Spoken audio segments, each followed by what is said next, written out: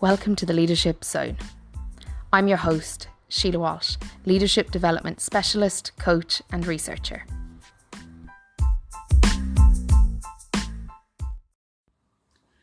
Today's episode, I'm going to mostly focus on women in leadership. And while that isn't necessarily the only area I focus on, I have kind of three areas of focus as a leadership specialist. One is general leadership and being able to work with leaders in different ways by assessing what they need to focus on and what would be most helpful. The second is inclusive leadership, and that's very much from a research perspective because that's what I'm doing my PhD on. And women in leadership is this subsection of leadership where we know that we have taught women to be a certain way in leadership roles, and they're often encouraged to be more like what is traditionally associated with men. But then when they do that, we know that they are actually penalised for behaving that way.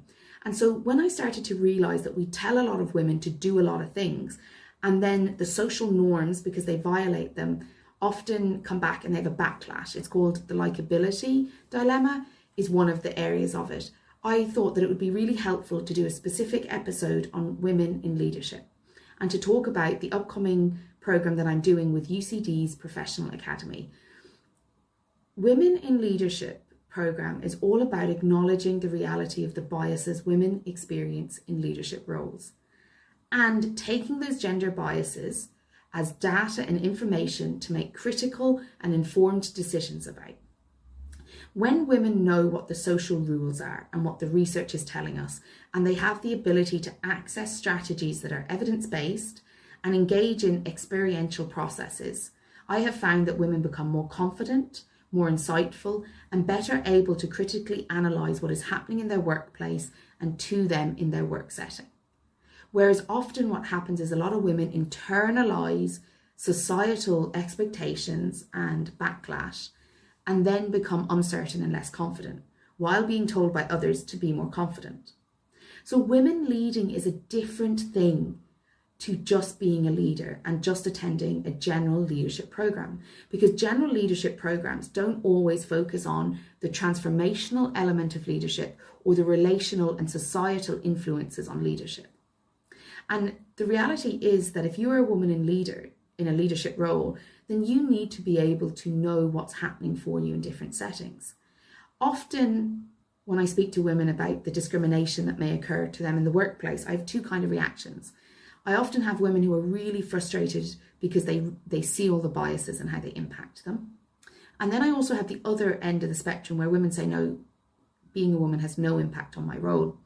But often what I found is that is because they've internalized a lot of the judgments as information about who they should be and how they should be. One of the most common challenges that comes up for women in leadership is that they're often told to be more confident. But then they are measured on their level of competency and their historic experience of the topic, and they are rejected if they are seen as being too confident. So something that women are told to do in leadership positions actually isn't measured usually and isn't what people make decisions on. And multiple pieces of research have told us this. So if you are a woman in a leadership position, it is really worth you considering what kind of social expectations influence the way you lead and possibly cause you internal struggle, challenge, anxiety, fear, lack of self-belief. And if you are a person in a workplace that wants to champion and support women in leadership roles, then maybe the starting point isn't actually being an activist in your workplace, but stepping back and checking your own biases. Whether you're a woman or a man, or you fall anywhere on the gender spectrum, we all hold these biases. The evidence suggests that women aren't less likely to do this to other women. We actually are likely to do this to each other and to all women, regardless of our gender identity. So if you want to be somebody who supports gender equality and equity in your workplace, then it is worth thinking about how you may hold women to higher standards than you hold others, and how you may require women to be likable and polite in their roles, whereas that may not be an expectation you have of others with different gender identities. We know that women in leadership roles result in an improved profit. The evidence is there. When women are in more senior roles, we have better profits. But we've also found that you can't just put a woman in a role because she's a woman. that it's really important that you are actually evaluating women, men, and people who identify in different elements of the gender spectrum, that you are evaluating them with the same standards, and that you are uncovering the biases you inherently bring to that evaluation. And that by doing so, you will put women in the right roles for their skills, strengths, and potential, and not just for what they've previously achieved. Because that's one of the biggest barriers women face compared to other gender identities, is when women go for interviews, we are assessed on what we have achieved previously. But we know that, for instance, men are assessed on what potential they have.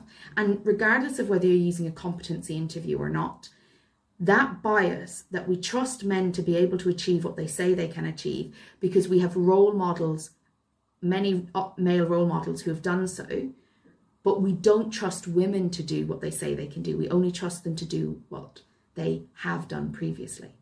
The other bias that we need to watch out for is giving women housekeeping or administration in visible roles. So giving women support roles for others to thrive, we know through the research is one of the most common time suckers for women in the workplace.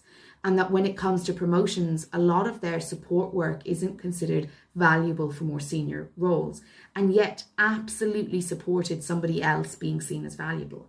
So if you want to support women in the workplace, give them visible leadership opportunities and not just support roles.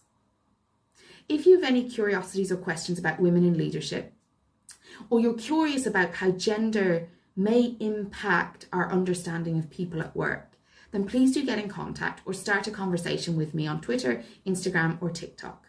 I'd love to hear your opinions. I'd love to think about some of the common questions and challenges that you have in relation to this topic.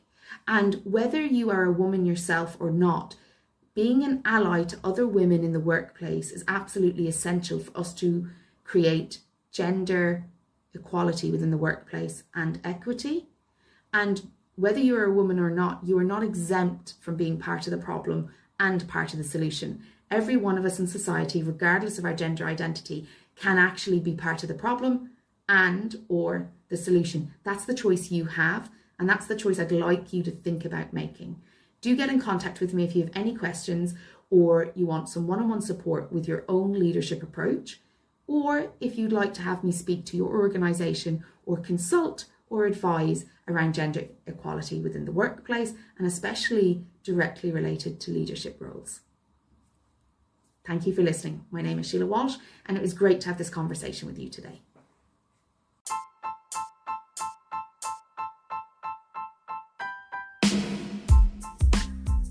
Thank you for listening to the Leadership Zone.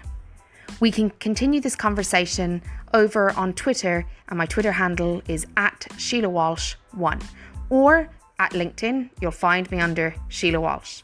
To book a free consultation to discuss your leadership needs or the leadership development needs of your organisation, simply visit my website www.sheilawalsh.com and book a free leadership consultation. I look forward to hearing from you.